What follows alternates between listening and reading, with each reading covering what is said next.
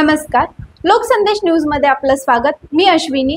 चला तर पाहूया आजच्या विशेष बातम्या। राष्ट्र विकास सेना पक्ष महाराष्ट्र राज्याच्या या पक्षाच्या सांगली जिल्हा सचिवपदी कवठेपिरान तालुका मिरज येथील पास्टर नेताजी दिलीप दाभाडे यांची निवड करण्यात आली।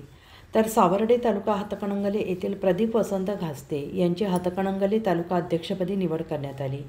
त्यासोबतच हेरले तालुका हातकणंगले येथील पास्टर सुकुमार कांबळे यांची कोल्हापूर जिल्हाध्यक्षपदी निवड करण्यात आली। या सर्व नवनिर्वाचित पदाधिकाऱ्यांना राष्ट्र विकास सेनेचे संस्थापक अध्यक्ष सन्माननीय सुधाकरजी गायकवाड आणि राष्ट्र विकास सेनेचे प्रदेश अध्यक्ष अमोस्तदा मोरे यांच्या हस्ते निवडपत्र देण्यात आले।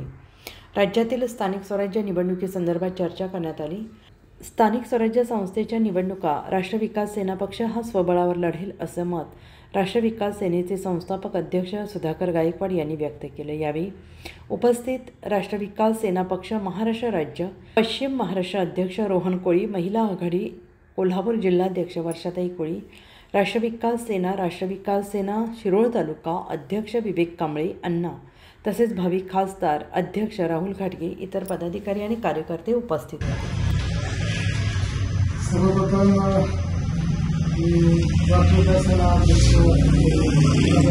आभार मानतो की त्यांनी आम्हाला या पक्षातून काम करायची सुवर्ण संधी दिली।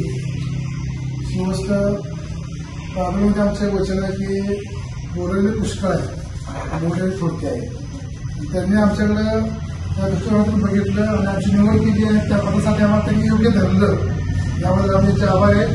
त्यांनी जी जबाबदारी आमच्या सोपवल्या, निश्चितपणे आम्ही येणाऱ्या दिवसात चांगल्या प्रकारे काम करून आमची प्रगती जाणून दाखवू असं त्यांना आश्वासन देतो।